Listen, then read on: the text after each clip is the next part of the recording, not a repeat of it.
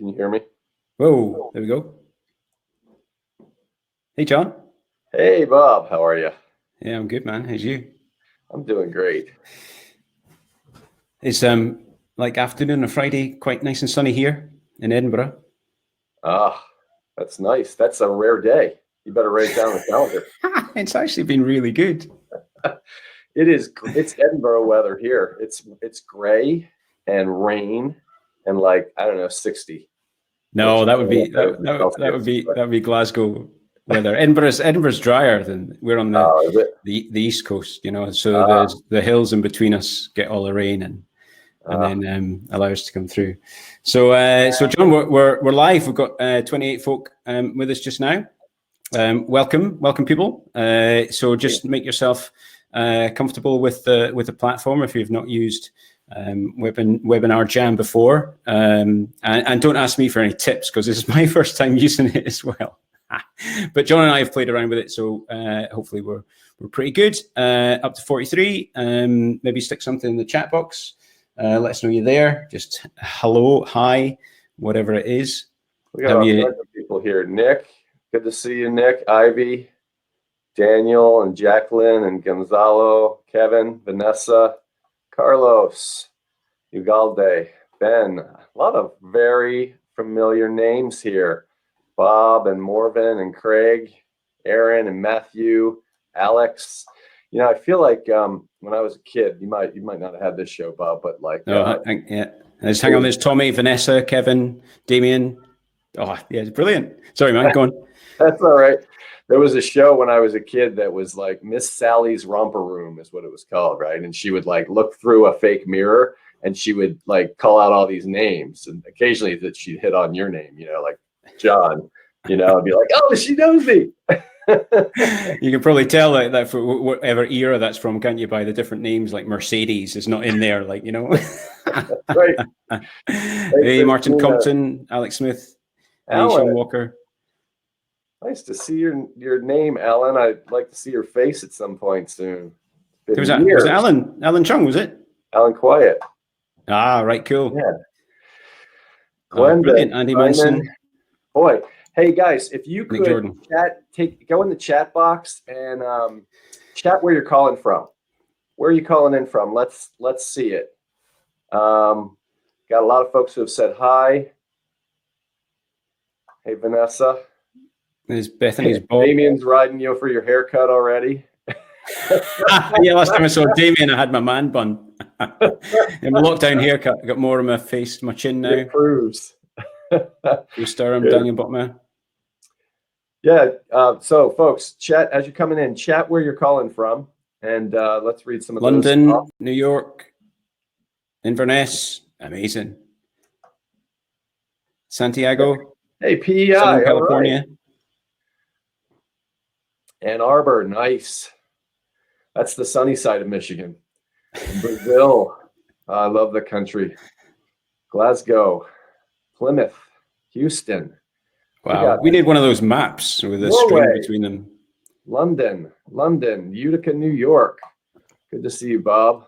Scott Wright, thanks for coming in, Scott. Falkirk, Ben Green, you remember Ben?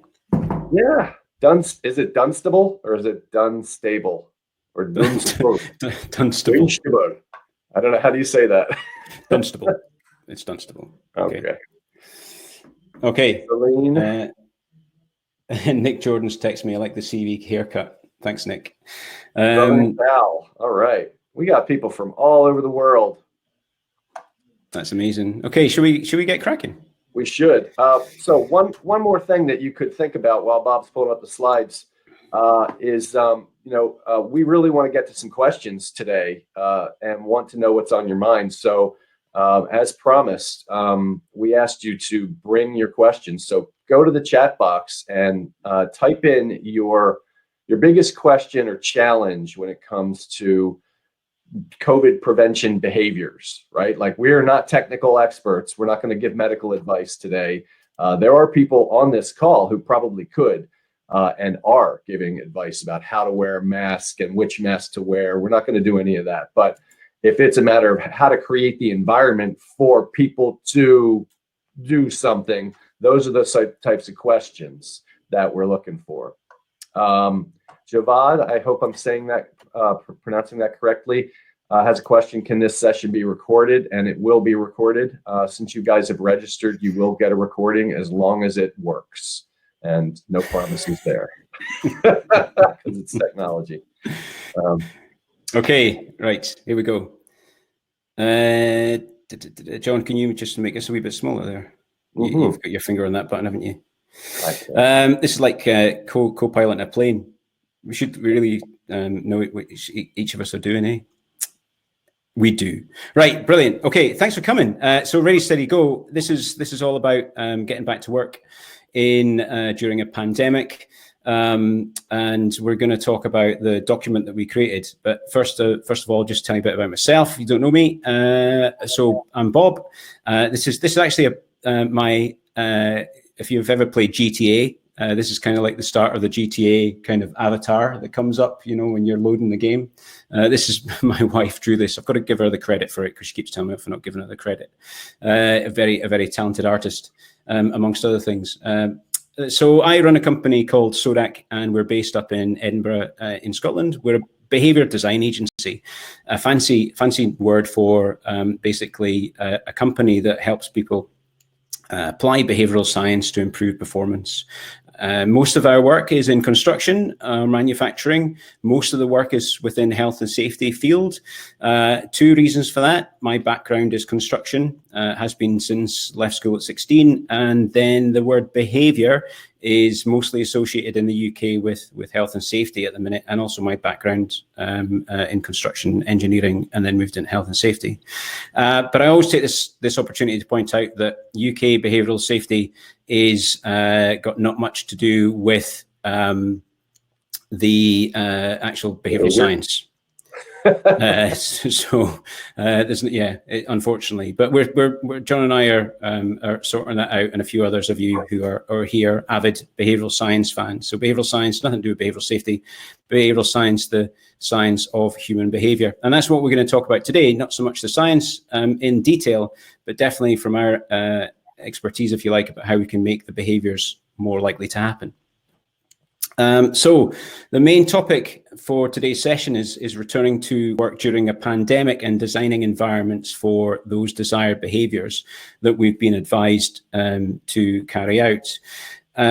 Just also a very quick plug for this time next Friday. There'll be another session to discuss one of the specific topics that is within the SODAK guidance document. And I know John's got experience about this as well. And there's a lot of technology out there that we're able to utilize, proximity detectors for folk to wear. Now that is great technology, but it can also be used in a really ineffective way. So this time next week, tune in, as they say, same time, same place. I'll send a link out. We'll be joined by Paul Clark, who's the director and founder of the HSE Global Series set of conferences. And we'll be talking about the effective and ineffective way to use data. Okay, so that's just a heads up, and I'll be sending more details out about that later.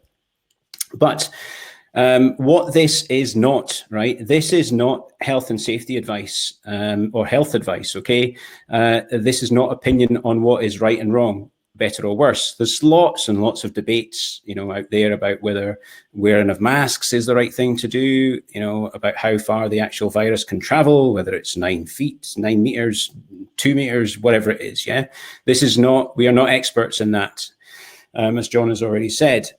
So we implore you to find a trusted source of guidance and then use the points in that guidance, and then those are the things that we will help you happen, okay? So this is not a debate about what's right or wrong. What this is, though, it's going to be a discussion around some of the points, mainly in that guidance document, which I hope you've read. John, there's some polls that we could pull up as well, actually. Yeah. If you don't mind, with one of those couple of questions in there. Run that poll. Yeah. Okay, so there's a poll. Can you see it? Can you guys see the poll?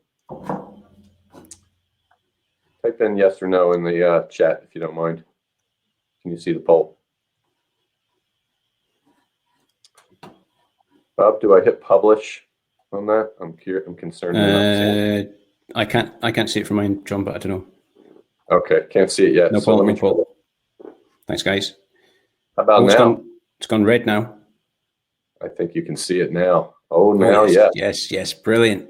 Good. Simon West. Okay, so while you're talking, Bob, maybe they can respond. Yeah, cool. So, discussion around that document. So that first question is, have you read the document? Questions from you, hopefully answered by us as we see them coming in, and a discussion about how to make behaviors more likely. Now, we're going to try and keep this to an hour or just maybe just over, just if there's some important stuff to discuss. So we need to be pretty concise with what we're going to go through, which if you've ever heard John or I talk, we could talk the hind legs of a donkey around behavioral science. So again, these slides are for me to stay on track. So with that, I'll move on. Look at this handsome chap. Let's move them down. Look at him. John Austin, Dr. John Austin. So you can move these right way around. John, do you want to tell us a little bit about yourself? Yep, sure. Thanks, Bob. Just real quickly here, for those of you who don't know me, I've been practicing behavioral science for 29 years now. And I spent 5 years in graduate school at Florida State University, working with one of the founders of applied behavior analysis, or related to the founders of applied behavior analysis, John Bailey. And so learned from some of the best while I was there. And then I spent 15 years at Western Michigan University working with some of the people who are actually in this call right now. Were there at the same time, and we worked together. And the goal was always to learn spend all of my waking hours, basically learning everything I could about how to bring out the best in people. That's really the bottom line. How do we create an environment that brings out the best in ourselves and in other people? And so there's a ton to say about that, obviously, right? But in the last 10 years, I've taken what we learned at Western and what I learned through the research literature, which is like voluminous and dispiriting, and try to simplify it and teach people, and have taught people at all these companies and others the fundamentals of behavioral science and how to use it as a leader to create a more effective environment or a safer work environment. And to get the results that you want from yourself and from others. And you know what? My why is to spread the word on this, because the thing is, we know how to do this. We know how to create more effective work environments. We know how to make people feel like they've got a sense of purpose at work, and how to feel safe and how to actually be safe. We know how to do this. It's just a matter of creating an environment so that we can, Bob and I and others can teach people, and we all can have the right conversations, and then you guys can take away things and do good in your organizations. And like, that is my why. I'm happiest when I'm helping people to do that. So my company is Reaching Results, and I have online courses to help people to do that and offer coaching. And I'll at the end of this call, I'll offer you guys an opportunity to get on the phone with me and just like pitch your biggest problem, and we can troubleshoot it, because I'm a geek like that and I really want to help you guys. It's just what I love to do. So brilliant. Thanks, Bob. He's not joking either. He'll take calls from anybody. Okay, thanks, John. The next slide is just one of the bits that you wanted to mention here very quickly before we move on to the document. Yeah, and thanks for the poll, by the way. 84% of people are saying they actually have read the document. Amazing. Thank you very much. I'll be testing you later on that to see if you're actually telling the truth. That's one of the next questions, so we'll see. Okay, but John, yeah, this slide here. Yeah, so I think I just wanted to throw this in there because starting at a high level, like Bob's going to talk through strategy, and that's part of his document. But if you start at a high level, like one of the things you want to have is a plan. Right. I've seen lots of different plans, and they all look different. But I came across one online, and I put the link in here. And Bob, maybe you can copy that link and put it into the chat so that people can access it. It's by Tesla, and it looked pretty good to me as a general layout for a plan. Now, again, like yours might look different. It's totally fine. But like they included some of the fundamental things that we're prepared to talk about, and I'm seeing from other clients and stuff. And so some of those things include, the first is like prepare the building, right? So they have a whole section on that. Like, how do you prepare the building for people to come back to work and to work safely with the virus, at large? How do you prepare the workforce? How do you educate people? How do you talk about this? How do you communicate about it? How do you create a safe space that's psychologically safe and physically safe? Now, they don't go into all that, but like that's what I think of when I think of prepare the workforce. Okay, how do you control access so that you know who's coming in and whether they've got symptoms or not? How do you create plans for social distancing?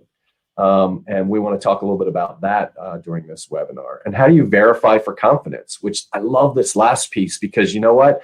From a behavioral science perspective and evidence-based perspective, this is the key to the whole thing. And how you do this really is the key to the whole thing. I mean, of course, there are many elements, right? And if you get any one element wrong, you're going to be off kilter. But assuming you can get the proper guidelines from the proper sources in the U.S., we rely heavily on the CDC, and OSHA comes after the CDC in this environment.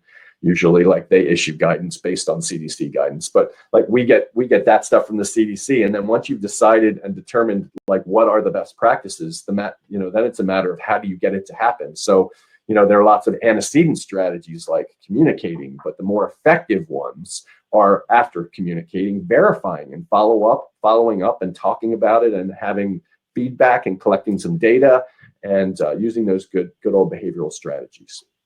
So I just wanted to share that with you in case it's useful. It might be a good opportunity for you guys just to check and see what they're doing. Okay. So back over to you, Bob. Cheers. Okay, so the document, onto that. It's great to see that so many people have downloaded it as well. This started off as a few requests from people about, there must be a behavioral slant to this, and one of the things we've seen as well is that just stating stuff doesn't make it happen. There was evidence of that all around us when respective governments in every country in the world, probably, especially the Western cultures, requested certain behaviors to happen from members of the public, and lo and behold, only a few complied initially until the environment's created. So this document is very much a behavioral kind of guidance for this, as it says again there. It's not the advice, and you're encouraged to seek that from your government or your local province or state, or wherever that might be. Let's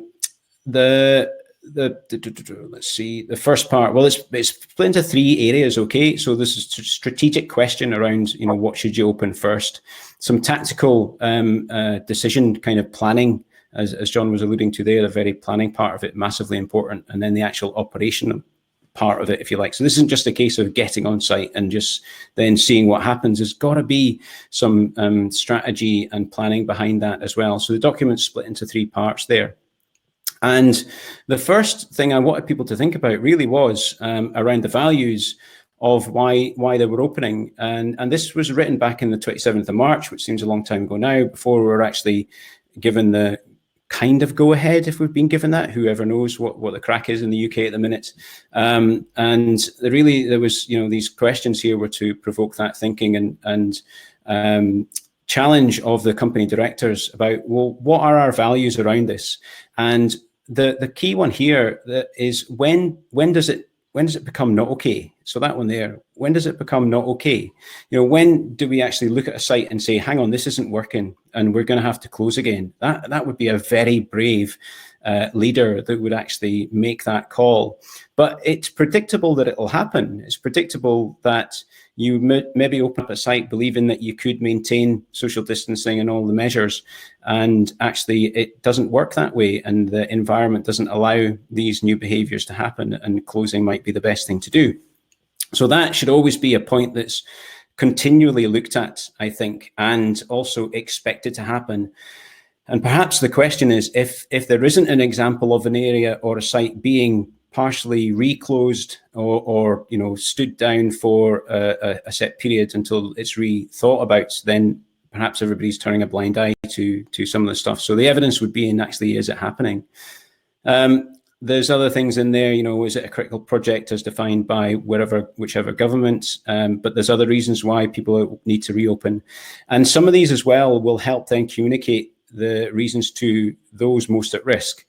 Because there's lots of scared workers out there that are either scared for themselves or scared because they're living with maybe shielded members or vulnerable members about, is it right for them to go back to work and they're going to be the ones mingling with most people?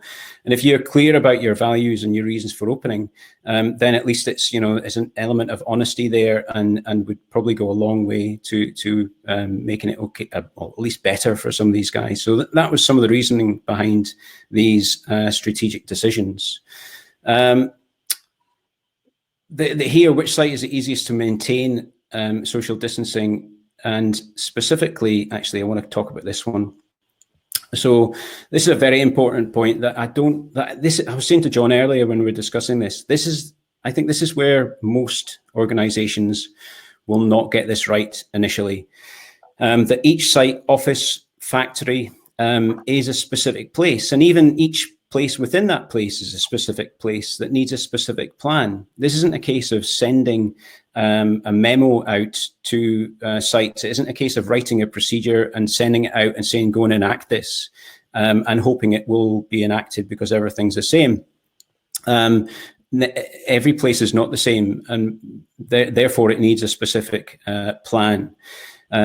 John, you got some comments around that, why it's not the same from a behavioral point of view? Yeah, that's a great point. I mean, there may be minor variations and there may be major variations. The thing that we know is that behavior is driven by its environment, by the local environment, right? And you have, in a single organization, even in a single office building or a single site, you've got multiple environments. Yeah, and so one single approach might not be the best when you've got multiple different environments, because it's the environments, those local environments, that's driving the behavior. Yeah, so the answers are in the local environment as well. And the local environment, when we say environment, John and I probably mean something different from the initial environment that pops into your head. The environment that we are talking about is very mechanical, if you like. It's made up of the physical things in the setting. It's made up of the people in the setting. It's made up of the things that other people say to people. It's made up of the way people react to the things that have been said. It's made up of the physical stimulus, the prompts, and the feedback that happens in that setting. It's all very, very physical. And those physical things are really, really specific to each environment. So the plan has to be then, you may have a company plan, a strategic plan, but then every site or office or factory needs to have something that it takes cognizance of these other bits and pieces as well. Senior leaders also need to set this expectation to the sites and project managers in order to make, set the importance of this. If you like, I don't like the, lead from the top kind of analogy, but it really does have to be pushed down, given permission to, if you're not confident, then don't open yet, that kind of thing as well. The amount of panic I think that our Prime Minister put into folk when he, said that, yes, you can go back to work tomorrow, and no companies had an actual action plan in place to allow their employees to go. Must have been a fair bit of panic for some. Moving on, it's amazing how quickly time goes, isn't it? The tactical side, some of the stuff that I want to talk about in this. So this moves on from the strategical and the tactical stuff here. Each site, again, this thing about each site's part inside the office, each group of workers will have a different set of circumstances, patterns, and physical environment. Therefore, the solutions and control measures will be local too. It's not just a site, office, or canteen, vending machines and restrooms that are, all of these places need a specific new ways of operating. Again, local controls and arrangements are key. Create an operating plan for each site, holding a planning session, walk through site, highlight the areas that need attention, involve the supervisors and safety and key personnel. This will give them some ownership of the plan to operate safely. John, the ownership is really important, isn't it? From the people that you're expecting behaviors for. So this suggestion here of involving them in coming up with the ideas, when that happens, it works really well, doesn't it? Yeah, I mean, one of the things we know from, I just like to refer to evidence, that's just the kind of guy I am. But there's some data to suggest that when you give people choice, it improves engagement by 20%, right? So like, it doesn't have to be, you have a million choices, because sometimes too many choices is bad, right? But like, if you give them a few different choices about how things are carried out, how they're enacted, how we operate, and they're all acceptable choices, that dramatically improves engagement. Hey, Bob, there's something else I wanted to say, and that is, there are a couple of questions here that I think are related to the tactical and the strategic stuff, in terms of like, what do you do first? Like, what are some of the fundamental things going on? And so I wanted to ask, just to load this up real quick, and ask a polling question. If we can take a break and hit a question, is that okay? Yeah, totally. Okay, so here's a poll for you guys while you're answering. The question was, how do we deal with the fear and there were a few different questions on the same topic, actually, so I'm kind of combining them. But how do we deal with the fear of people returning to work? And so, like, one of the things that I want to recommend is that we get wound up in the details about who's going to do what and what needs to be done, and it's a long list of things, right? And let's not forget that the most important thing is that people feel safe. Like, that's the reason why we're doing this. And so I don't know, maybe you've got some thoughts on this, Bob, about how do we do that so that we put the person first? I mean, one of the things that I've seen leaders doing throughout this entire pandemic is, in every phone call, it's, hey, how are you? It's not like, let's get down to business. We've got Zoom, we can do it. It's more like, how are you doing, and how's your family? And why can't we do the same thing as people are coming back to work? What are your fears? Let's be open about it. It's okay to be afraid. Like, it's an all right thing. Like, let's normalize it so that we can talk about it, and then we can mitigate the fear by acting on it, right, and doing things. So the poll says, I'm worried about the return to work and the impact it might have on the spread of the virus, and 64% say yes. And when I'm asking this similar questions in clients, I'm seeing similar kinds of responses. And then if you ask, like, I know someone at work who's also afraid, the number goes up higher. So I don't know. You have any thoughts about that one, Bob, or any other? Yeah. So there's a part in the operational part of the document that talks about the need for discussing with the workers. I mean, there's one of the biggest causes of fear is uncertainty. So because the mind is great at wondering about what else is going to go on. So one of the ways to help prevent the fear factor is to keep people informed. But also there's an art of the illusion of keeping people informed. So even just asking, as you say, how are you? Because there is something happening, then people will feel, the majority of people, or some people, will feel less anxious because they are being included, being asked about what is going on. So there's a need for more questions, more feedback with the workers, more empathy, I guess, as well, for want of a better word. And that, if you would turn, well, what does empathy look like in behaviors? Empathy, for those that know a bit about behavioral science, empathy is a big fat label, meaningless unless you can then turn it into an action. So what would empathy look like? Well, you want this to be happening at a local level. So if the worker, we're talking about the guys that are actually working on construction site in a factory, well, who is it that's going to see them most often? Okay, so their fellow workers and their supervisor. So it's generating some form of support and conversation in those forums there. How are you doing? How are you getting on? Have you got all your kit? How's it feeling? Is anybody got any symptoms? What is any of your family vulnerable? What's your fear about working here?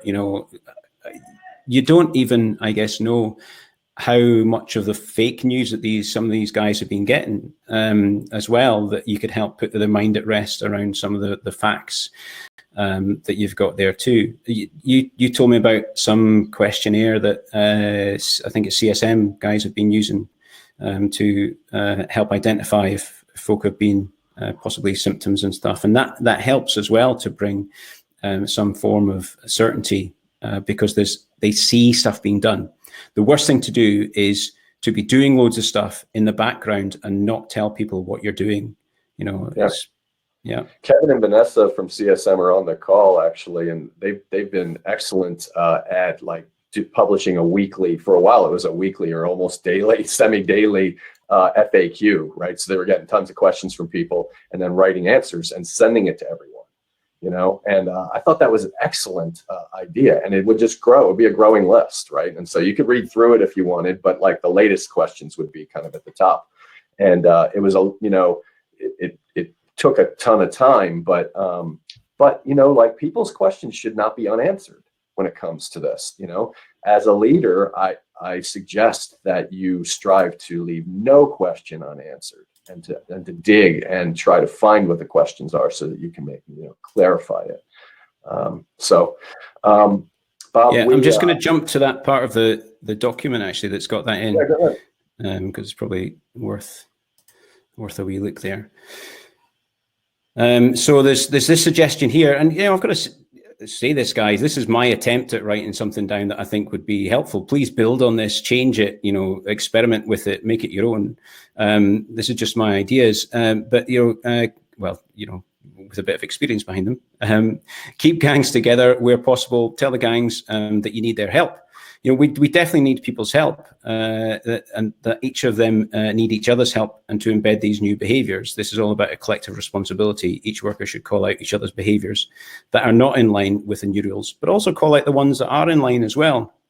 And this is, we've been struggling with this with health and safety in general for a while now. But hey, now that we've all got this even greater urgency to actually look after each other, then this is a great time to practice collective responsibility.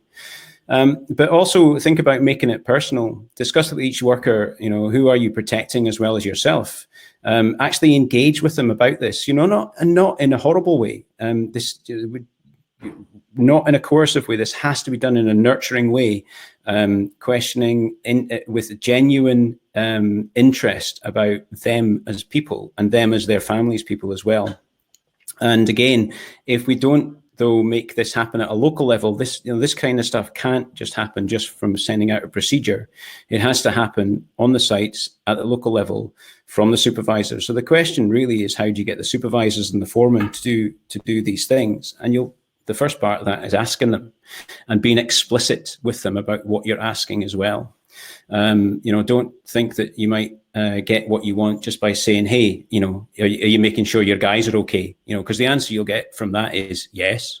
And what you were actually asking was, have you sat down with them and asked if they've got any shielded family, if they, are they worried, this kind of thing. So regular forums, regular feedback. We've got an amount of regular forums that are set up that maybe aren't the best at actually discussions. They're more talk at in some places, toolbox talks and things like that. But drop the formality, I think, with some of these as well, and make it more human. This is a great opportunity to make it more human as well. Yeah, John, I have a good example of that that I heard the other day from a safety manager in construction who said he was going around talking to foremen and saying, how are you guys cleaning your tools? Let me, can I see the way, the materials you're using, like to clean the tools, your sanitizing equipment and stuff like that. And like, if the guy gives you a blank stare, that they're probably sharing tools and not cleaning them. Right. And if he pulls out these Clorox wipes or whatever it is that he's using, right, then you kind of know. But like asking those questions in such a way that it reveals whether the person kind of is, where they're at on the spectrum, right, tells you how you can work with them and support them and coach them better. And another example, Kevin just shared in the chat, if you guys didn't see it, that we set a construction site up with additional soap and water hand washing stations at the only entrance and exit.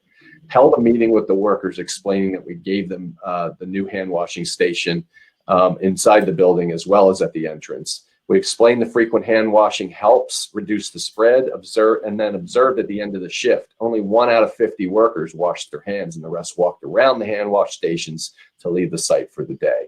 Right. Wow. So this is a great example. of like they did what they could to set the environment, right? And these are all the normal things to do. And the thing that will, if you're going to tip that behavior, it's harder than you think it is, and it's going to require some monitoring and some feedback probably. Now, what if they said, let's hang a graph up and or talk to the foreman and share that data, and say, look, 1 out of 50 wash their hands on the way out. Let's get that number up. What can we do to get that number up? They probably could have a difference there, and I'm sure that they're working on that.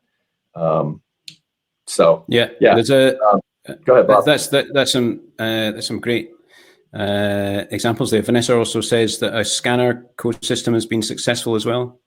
Sorry, you mentioned that? I might have missed that bit. Another question from Ben Jeffrey. Fake news and conspiracy theories are actively appearing in conversation in the workplace. I bet they are. I mean, just in our house with a 15-year-old teenager who believed that smoking actually got rid of coronavirus. That's what his mates have told him anyway. So, do you know what I've been thinking about this? It's the critical thinking is a great one to try and practice some conversation around. How do you get someone to critically think about stuff? And one of the ways to identify this is asking people, what sources of information are they getting stuff from, and limiting your sources of information to the ones that are trusted. Now, if they don't trust the government though, and they think the moon landings were a conspiracy, then you're on a hiding for nothing, and there's nothing you can do other than peer pressure. But having that conversation, or at least for yourselves being really, I guess, narrow in a way with certain trusted sources of information. So here in the UK, and there's where do I go into files? So I'm going to share a document with you now. So that should appear in your box there, and I think you can download it from there. You probably got this already from your UK, but you guys elsewhere might find it of use as well. The UK government guidance, actually not a too bad a document once you get past the blurb at the start about risk assessment, of course, and some, whether we believe that some of the stuff or not, we've got to take a stance on something. So, it makes sense to take a stance on washing your hands. It makes sense to take a stance on the 2 meter distancing rules, and we can argue to why those are the case. But funnily enough, they say that data doesn't make that much difference in an argument when you're trying to persuade someone of an opposite stance to you, because a lot of this is about their connection with the people that also have that same opinion as them. And that's where they're getting their reinforcement from, is that it's the connection with those other people. There's also a key part in the document as well about the people that you need to help are I'll just share this part now.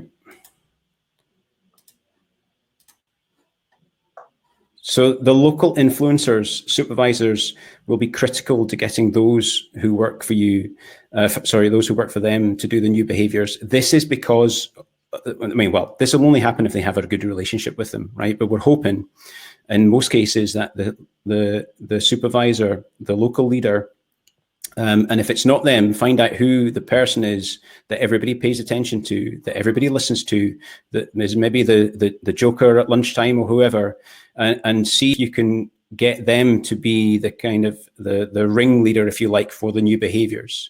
This is time for finding and identifying the influencers within each local environment, each site, getting them on board with the new stuff so that they can set the tone, they can model the behaviors, and they can actually then lead the rest of the people through example. But very important to identify these local influencers, which hopefully are the supervisors, not necessarily.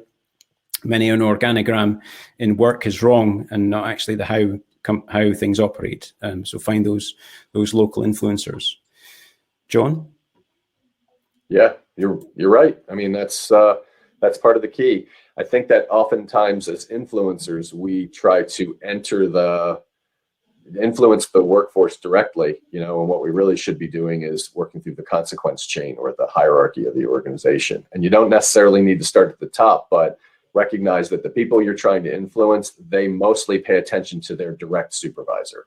Like, that's the most powerful influencer right there. in most cases. And sometimes it's somebody on their work crew, as Bob said, but it's going to be somebody who spends a lot of time in their local environment.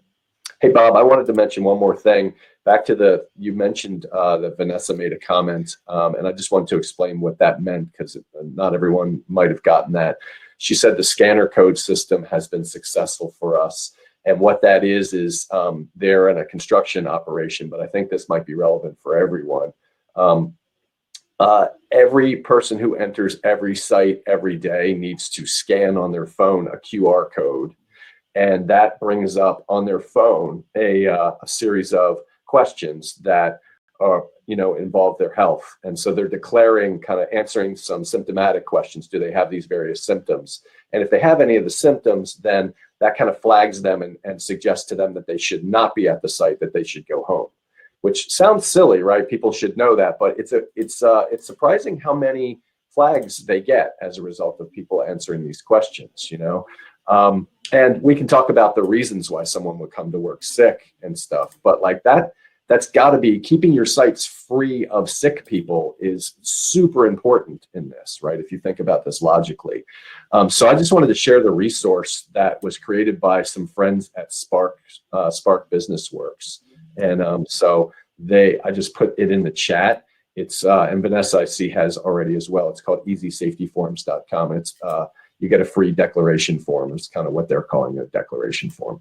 So that's something to think about. Other places have gone higher tech where they're doing temperatures and they're doing body heat scanning. I've seen, none of which is fully reliable, and the forms aren't fully reliable either. They're self-report, but these are pretty easy to implement and harder to get people to do it every day. But easy to use. Do you know what I would say, and this is just my opinion. I mean, it's there's some good stuff that you could go over and above, what's been recommended, but everything that you do over and above is another thing that you have to do, right? And so if you're going to go over and above, you have to get the basic behaviors in place first. Yeah. So before you think about temperature things and all this kind of other stuff, that's not on the fully recommended list, if you like. They're nice to have as such. They may be massively beneficial in the long run, but the basics have to be put in place as well. Listen, I've got apologies. Apparently that document was not the right document, and could have been a list of emails.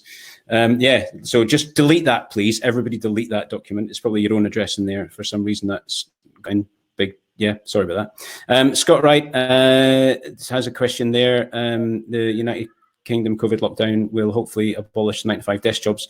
How can we use the design of our organizations to prevent us slipping back into our desks when the lockdown is lifted? I think, well, I guess it depends who you are, Scott. I mean, I think there's lots of people finding it even more difficult to exercise at the minute because they're in back-to-back meetings. I had a number of people say they couldn't attend this because, unfortunately, their new norm was back-to-back meetings in the home office and not getting breaks at all. But it's a valid point about, can we use this disruption period to create a new norm? For sure. And we can. There's, every morning, every night, that you go to sleep, every morning you get up is a disruption to your workflow. However, you return to the same environment, and it's the environment that drives behavior. So at the end of this, if you return to a very similar environment, your behavior will go back to what it was before. So the opportunity has to be in how you redesign that environment before you go back into it. Nick, a question from there. We've had an example, Bob, if you don't mind, real quick. I just want to say something more about that. I think this is an excellent point.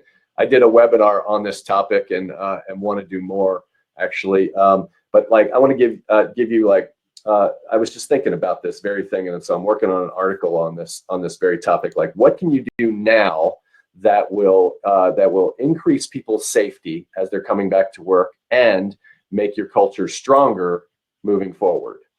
And there are three things that I think are kind of pivotal in this. One is work on perspective taking.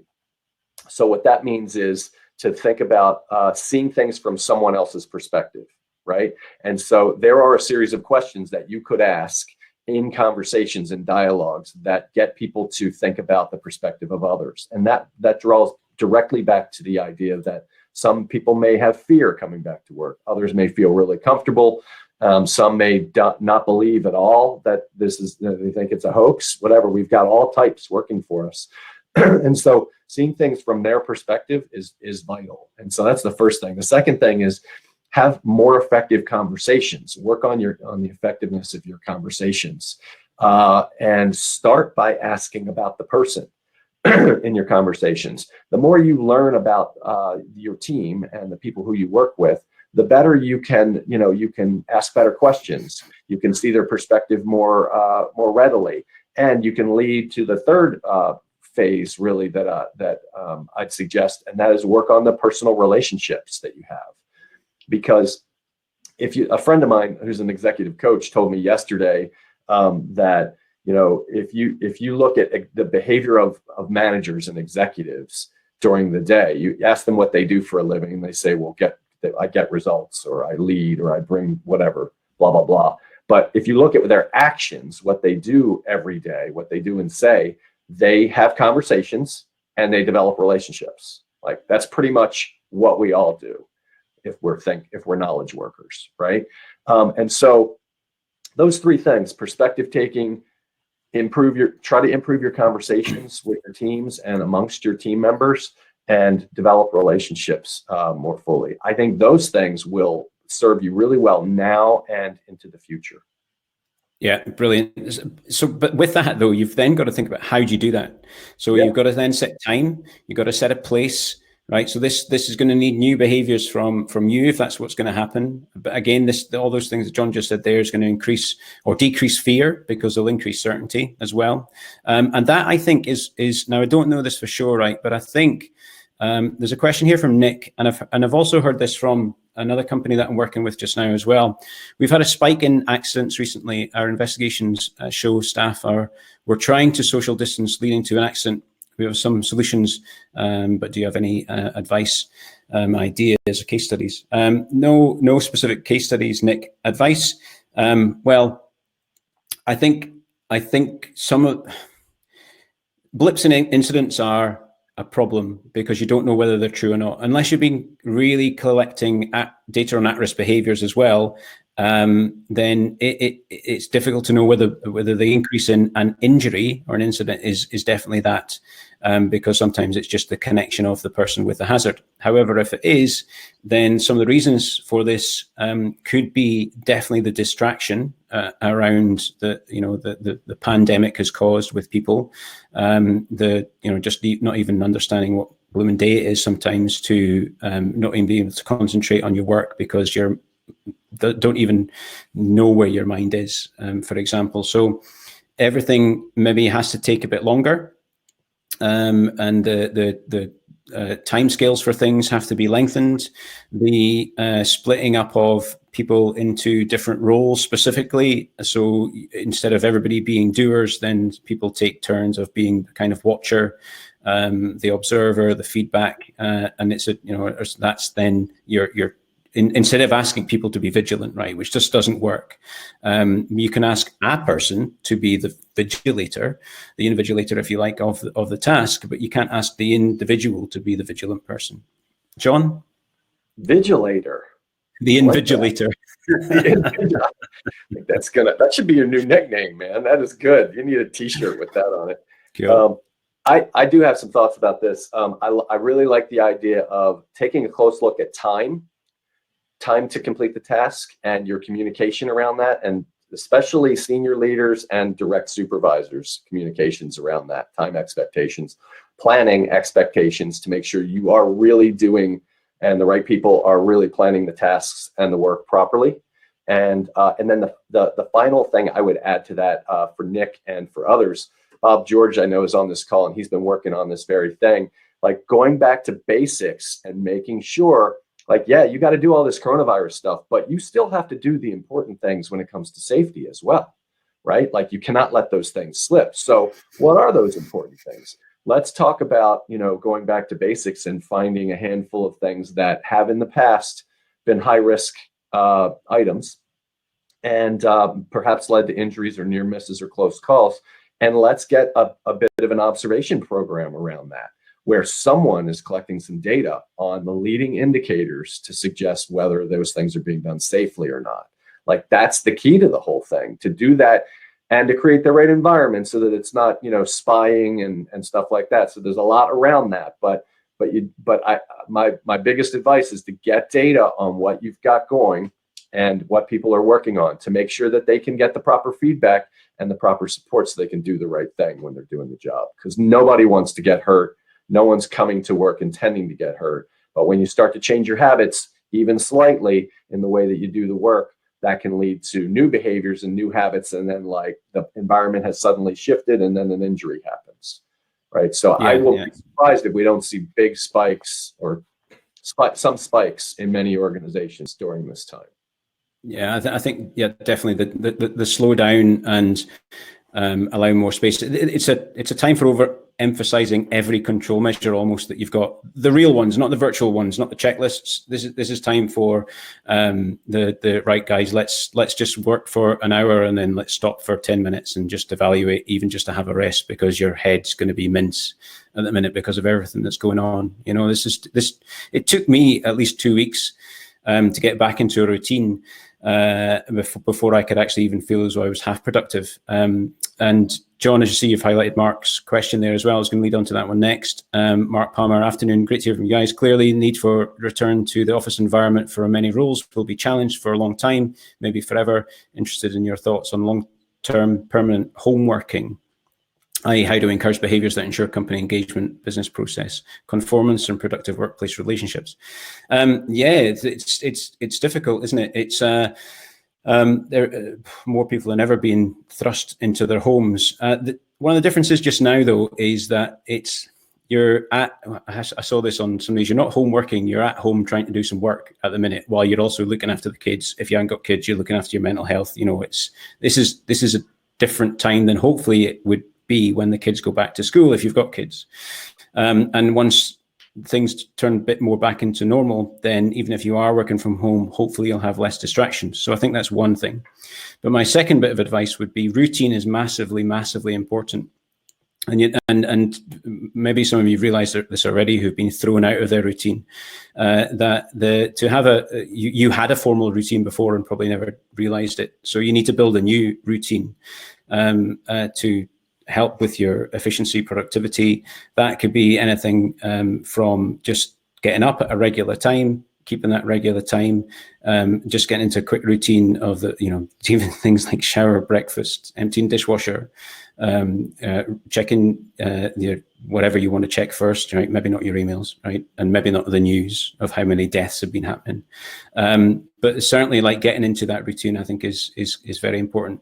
There's massive amounts of obviously the collaboration tools that are online at the minute. Everybody jostling for that use this platform and the other at the minute, and they've been great. Actually, I think I've seen my mum more on Zoom, through quizzes and things that we've been doing than I've seen her in the last maybe 6 months. So there's some definitely positives there, but not everybody is coping, and it's that having that check-in with people as well, and then forcing yourself to check in with folk, because it's a new behavior. So it's like, well, how do you even create that new behavior for you to check in with people more often as well? Scheduling stuff for a check-in with people is a good idea. Just a prompt to say, phone this person, contact this person again. How are you doing? Those kind of things. But building this new routine about checking in as well. Yeah. John?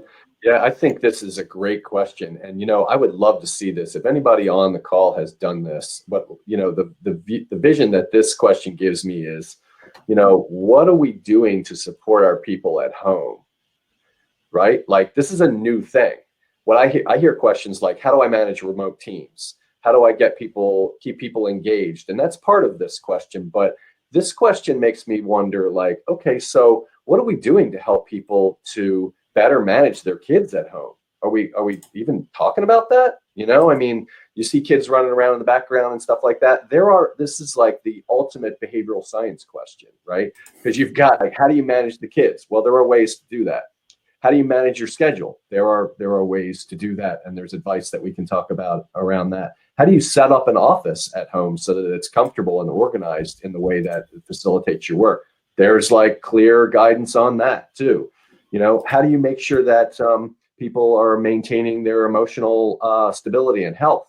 Well, I've got friends and colleagues on this call who are having 30-minute calls or more every day, and they've been doing this since this started, right? Like with the entire team, it's frequent communication.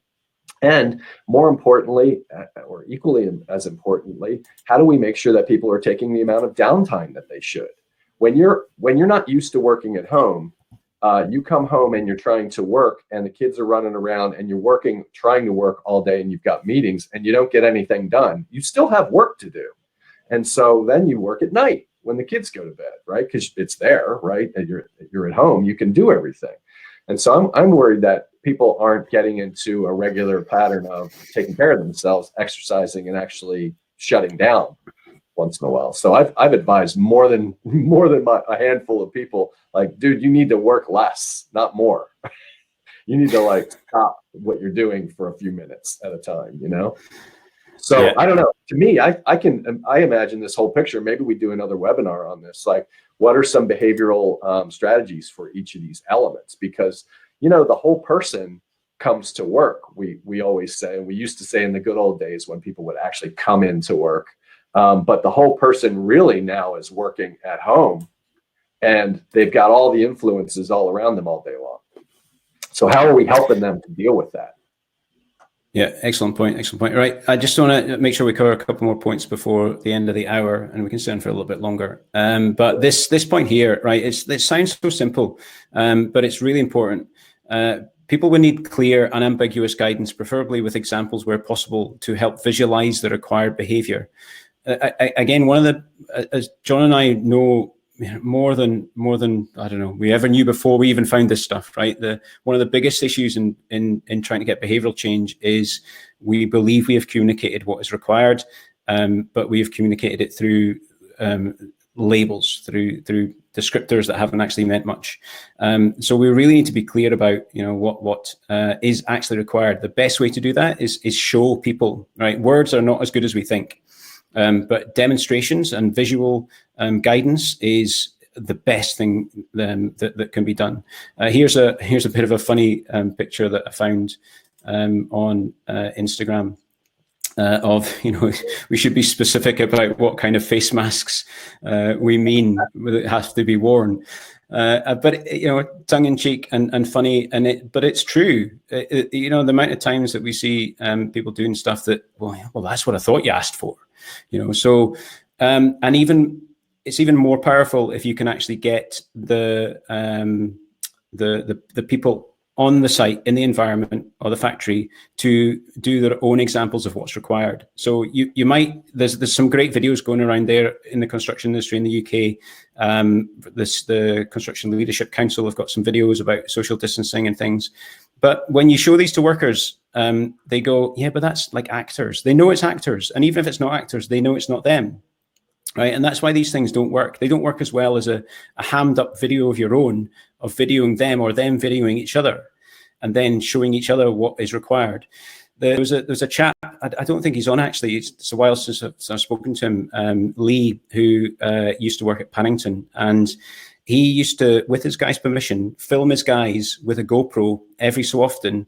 And then the guys would sit and pick it apart themselves to say how they would then improve the next time, right? There was no beating up. There was no then reporting it to somebody else. There was, if they made a mistake, it was them that had the evidence of the mistake. They would discuss it and they would then sort it out themselves, if you like. It was a really good way. He managed to get them to do that in their own group, with their own video, their own visual observations. It worked really, really well. Can't stress that enough.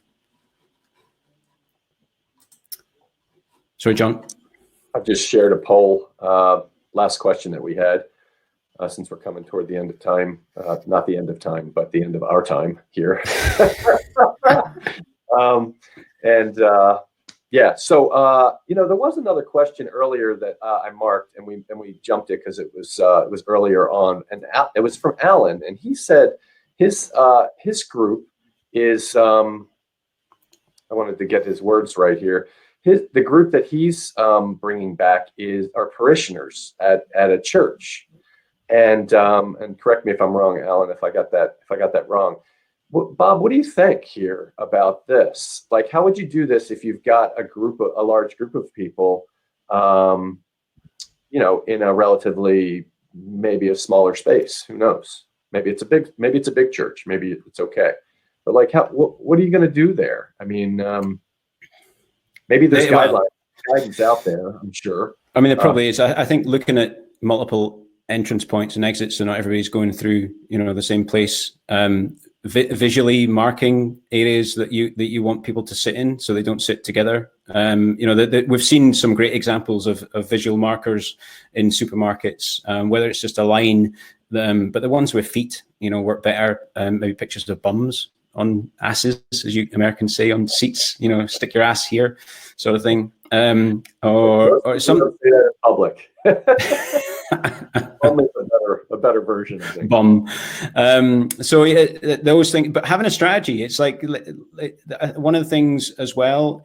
Once you've set something up, then observe what happens. You'll not get it right first time. And again, a life lesson for any safe system of work is rarely that your plan in the office is going to be the correct one when it actually happens out on site.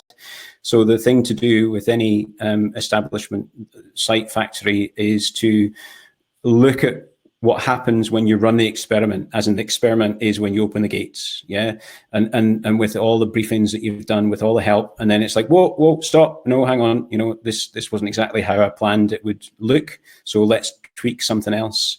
Again, that's going to take more time, but you know what? We've got time. Okay, there's the pending doom of economy that we keep getting told about, but we've got time to stagger the way we open things up again, and to take the time to actually observe and then tweak and change as we go forward. I think that would be kind of my advice, is take a look at what happens when you open the doors. Don't open them without doing anything. Put a plan in place, then open it, and then tweak. Expect to tweak. Don't expect to get it right first time, I think. Yeah. Just a couple of more bits on the document as well. A blatant we plug for. Let's just move us out the way. So we just created some wee stickers to help people identify. It's make the visible invisible. Make the visible, that's the wrong way around, isn't it? Make the invisible visible. Consider stickers on surfaces to get touched. Often remind people it might be contaminated. Also helping direct your cleaners towards what you want cleaned more as well. It's like, well, what do you want cleaned? Well, I want everything with a blooming sticker on it clean, please. That kind of thing helps a lot. It's a prompt. It's a behavioral prompt in the environment for the new behavior of cleaning, or being noticing that something might not be the most clean when you touch it. The local, we talked about that. Providing feedback, that's the thing that we'll talk about next Friday as well. There's proximity alerts, there's various ways of getting feedback. We've got the at-risk, reduced risk measure as well, which you can download, which is a link in the document too as well. So feel free to get that. A couple of the points, John, I wanted to get onto specifically. Hey Bob, I wanted to offer before it's 10:31, and we're gonna keep going for a few more minutes. But for those of you guys who might need to leave, I'm going to put a link here. And I promised earlier that I would offer a free coaching call to anybody who attended, who wants it, and if you wanted to talk through your plan or share more ideas. And so I just put that link in there. So sorry to interrupt. Go ahead. No, that's cool. Thanks, man. These points, John, I definitely want to get you to talk about these. I think these are probably the most behavioral points in the document that are, right at the end, whether that was good or not. But create the new social norm. Somebody's already mentioned about the new social norm. That really is the goal of what you're trying to get to, where you're getting everybody supporting the behaviors that you want. Yeah. Yep. Yeah, I would say, at a high level, I mean, I like this make it easy. I like watch out for behavioral drift. But at a high level, I just want to share with you guys, how do you get a behavior to happen? And I, by the way, have a full course on this topic, on behavioral leadership. But how, as a leader, do you get behaviors to happen on a larger scale and more reliably? And the high level is, you've got to define the behavior. You want to agree on expectations and make them very clear behaviorally. You want to collect some data and feed it back to people so that they know how they're doing. And then you want to recognize improvement. Like if you do those steps, and there are modules attached to each of those steps, right? So there's some learning involved, but like if you're able to effectively do each of those steps, you can change most behaviors. Our success rate is somewhere around 90% for 10,000 projects that I've coached over the last 20 years using those, a similar kind of model to that. So like, if you were to take anything away from this today, I would say, think at the high level, are you doing those things? Are the expectations super clear? Like if you walk out and you ask somebody what the expectations are, can they tell you? Are they demonstrating them? Are you collecting any data to see if it's happening? Are you feeding it back at all? And are you praising it when you're seeing it? Like because most organizations are not doing that. Most of them are putting out memos and putting out guidance and putting out antecedents, and these things really, they're not going to work as well as following a strategic approach that I'm describing. Yeah, so, great point. So yeah, that's what I'd say about the behavioral side of things. Yeah, go ahead. You want to hit on this one? No, it was just amazing. The behavioral drift. Can you just explain what behavioral drift is? Yeah, behavioral drift is when we're establishing a new habit, we start doing it, and then over time we stop doing it, or the behavior kind of fades away. Think like New Year's resolutions, right? Like by March or sometimes February, the gym is empty, right? But January 5th, it's completely full. So that's behavioral drift, and it happens if you don't have the right environment to support the behavior to continue, right? And again, these are loaded words, right? There's a lot of education. You can't just watch one webinar and learn this stuff. And I know you guys know that because I mean, Alan Quiet, I met when he was learning this stuff like 15 years ago, maybe it was longer, right? So like, there are long-term students of this on this call. Ivy's got a PhD in this stuff, and she's on this call, still learning about it, still understanding how to better apply it. And that's the thing with this. It's difficult, it's complex. We're trying to make it simple, but there's a lot to learn. Yeah, great stuff. Let's wrap up, I think. So, John, parting thoughts, main takeaways. Here. Real quick, we've got one more question that Vanessa just posted. I think it's a great question that I wanted to ask you, Bob. Has anyone used the behavioral injury analysis with COVID yet?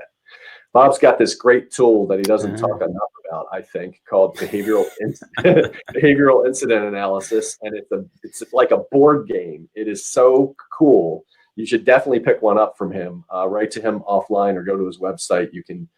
He'll make it really hard for you to get it because he's so modest. But like, I'm joking. It's such a good tool. You should definitely check that out. Has anyone used it with COVID yet? Well, I don't know. I guess as you're asking, as Vanessa's asking it, I'm thinking, well, which bit would you use it for? You could use it for the breach, if you like, of the required COVID prevention behavior.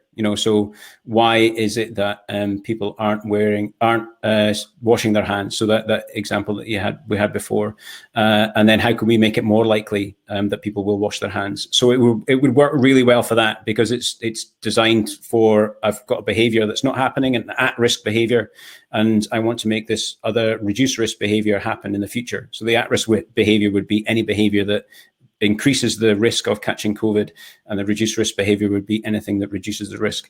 So it would work. I don't know if anybody has done it there yet, but yeah, Nick Jordan's got tons of them in Network Rail. So that's maybe something. Also, Bob George, you guys have got them as well.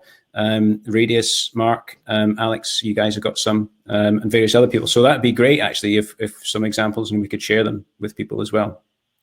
That's a link there to John's call as well, and to my the part of my website that's got these tools on. See, John, I was going to mention it, but yeah, I don't shout about it as enough. So thanks for that. There. There's some from Nick. We've been using the BI tool on CV19 safety in our return to BAU, business as usual. Would recommend. Oh, nice one, Nick. Well done. Thank you very much for that. That's brilliant. I strongly recommend it. I think it's awesome. Awesome, great.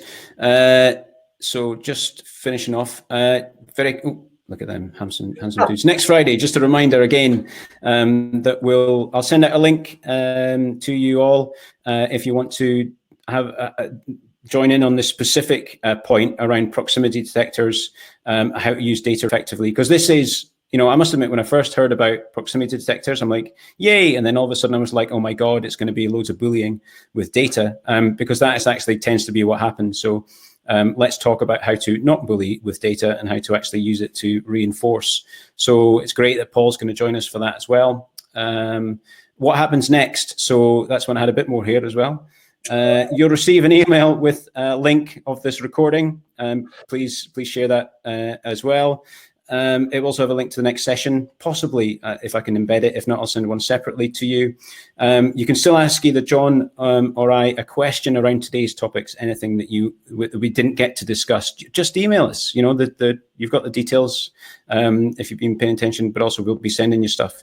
So yes, we will send you stuff. We will send you notifications of other interesting things that we think you'll find interesting. Basically, if you find anything to do with behavior interesting, because we're both nerds around it, we will send you stuff.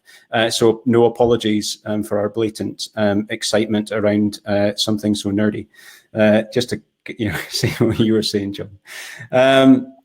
And amazing. Thank you very much for joining us. It's been really good. Thank you for the questions, Richard Anderson. Hope you're doing well as well. Yeah, amazing. John?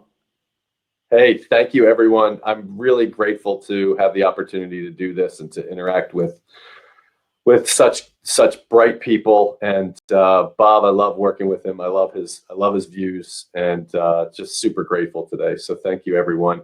You'll be hearing from us more. If you've got ideas for additional topics you'd like us to do, I'd love to hear it. All ears. We want to help. We want to serve. We want to do something that's important and valuable. So thank you, guys, and have a great weekend. Stay safe. Excellent. Thanks, man. High five, John. No, I think it's the other way on my screen. Not for me. See you later, dude. All right. Take care. Cheers.